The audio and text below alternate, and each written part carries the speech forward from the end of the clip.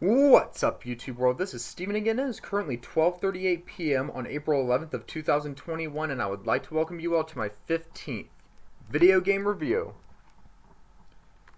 Doom Eternal for the Xbox One. Raise hell. Hell's armies have invaded Earth, become the Slayer in an epic single-player campaign to conquer demons across the dimensions and stop the final destruction of humanity. The only thing they fear is you. There will be spoilers, so if you don't want any spoilers, leave now. And if you're still here, that's your fault. So, Doom Eternal is a game where you pretty much have to save the Earth from all of the demons from hell. And basically, you go through different levels. There's 13 chapters, by the way, and in each chapter, you have to face a certain number of enemies in different rooms, and until you finish each chapter. And I like how they had a certain amount of enemies and certain new ones too. Like for example, the Cyber Demon, I think, is now the Tyrant, called the Tyrant in Doom Eternal, and the Tyrants are a fucking pain. It's not a boss. I'll get to those in a minute, but let me get to some enemies that I thought were a real pain. The Arachnotrons a la Spider Mastermind were a pain in the beginning, and then they got a little bit easier once your weapons got upgraded and everything. Baron of Hell, that was one of the final enemies that you get to meet in Doom 2016, and it's not a boss, but it might as well be. Let's see what else.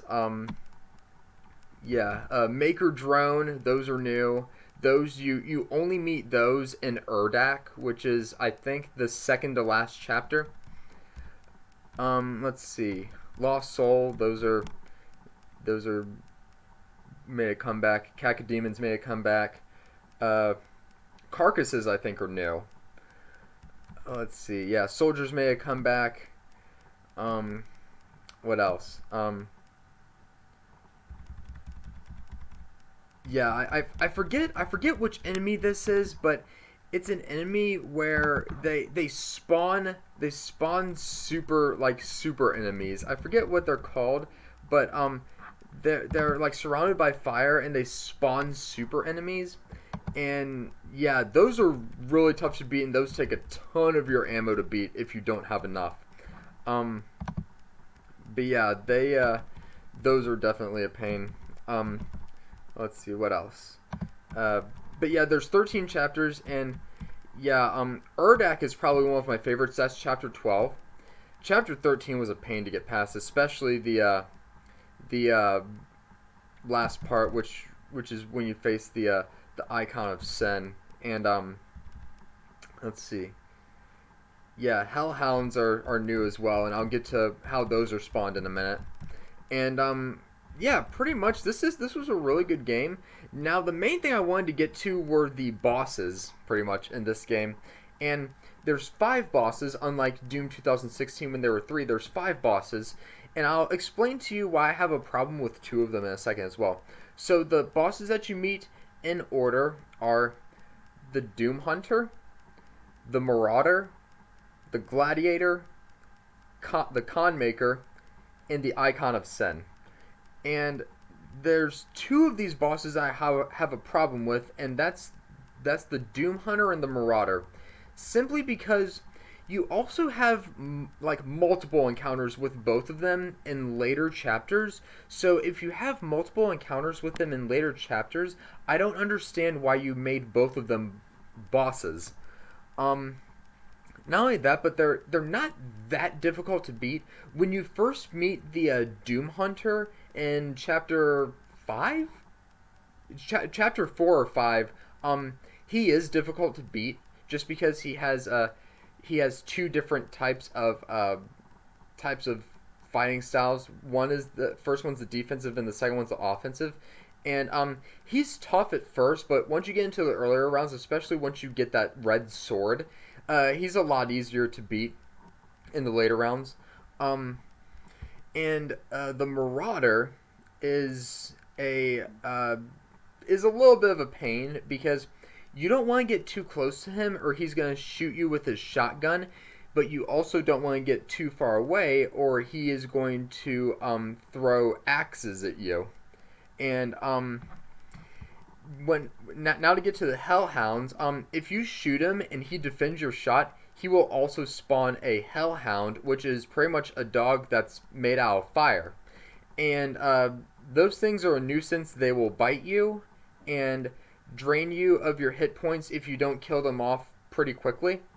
And then once his eyes flash green, once the Marauder's eyes flash green, that's when you get to shoot him. And I suggest using your super shotgun against this one once his eyes flash green. Then you'll stun him. And once he's stunned, you can also have a chance to shoot at him one more time if you're quick enough. And just watch out for his glowing eyes and you'll be fine. The next boss that I want to get to, which is one that you'll only meet once, is the Gladiator. And this one also has two different types of fighting style. One is defensive and one is offensive. And his defensive style is when he has his shield that's pretty much as big as him. And the shield has a face on it. And once the shield's eyes flash green, you need to attack really quickly or he's going to attack you. So you need to time it just right. And if you time it exactly right, like when the eyes are still flashing green before he does his offensive strike, you can stun him and you can do more damage to him. And after his shield is completely destroyed, then he goes into his more offensive style of fighting, and this can be a little bit of a nuisance.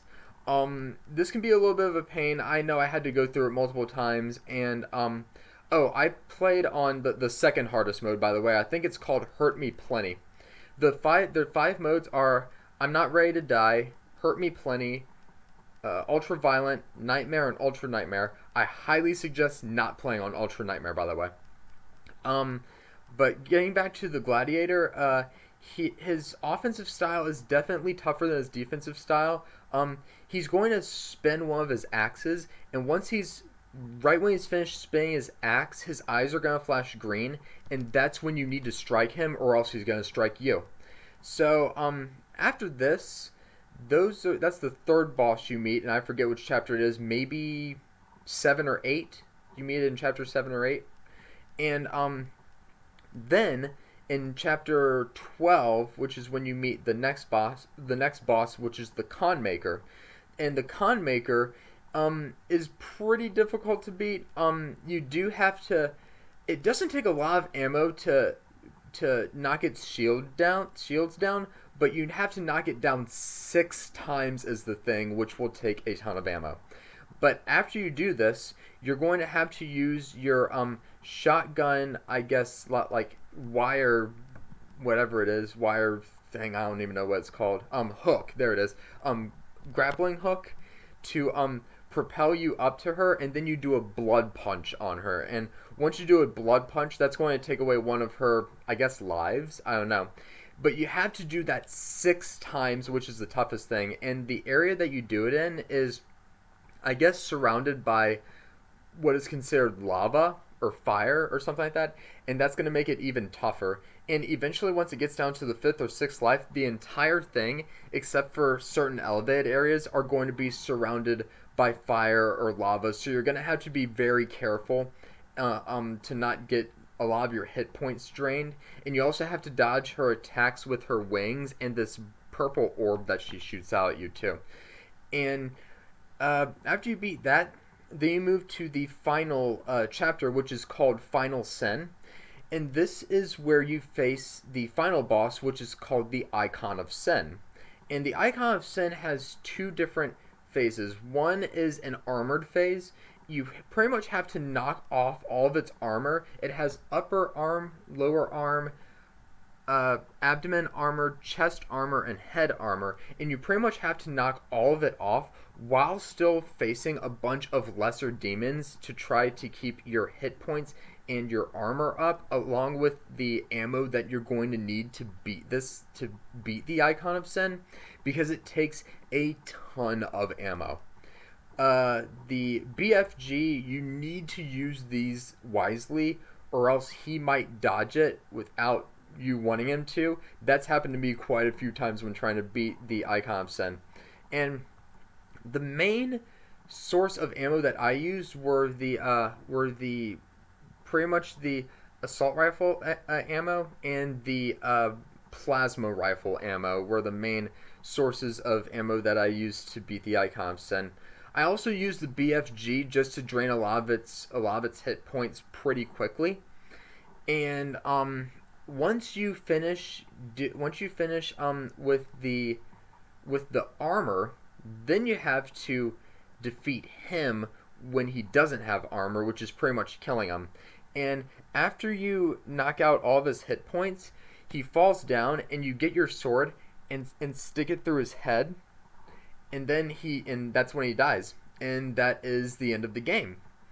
And the only problem, the main problem storyline wise with the bosses that I have is I believe they should have made the Icon of Sin the second to last boss and the Kahn Maykr the final boss, because the Kahn Maykr you pretty much see throughout the entire story mode, almost the entire story mode, and the Icon of Sin you don't see until chapter 12 when you get to Urdak, and Urdak is the chapter when you do face the Kahn Maykr. So that's my only problem storyline wise with these bosses. Is I wish the Kahn Maykr was the final boss and the Icon of Sin was the second to last boss.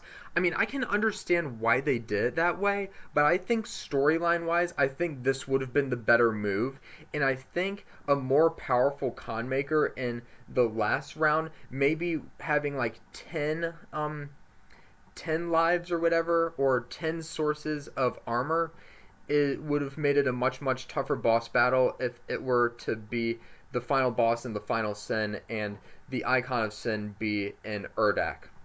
So that is about all I have to say about Doom Eternal. Overall, it was a very enjoyable, good, and somewhat stressful game.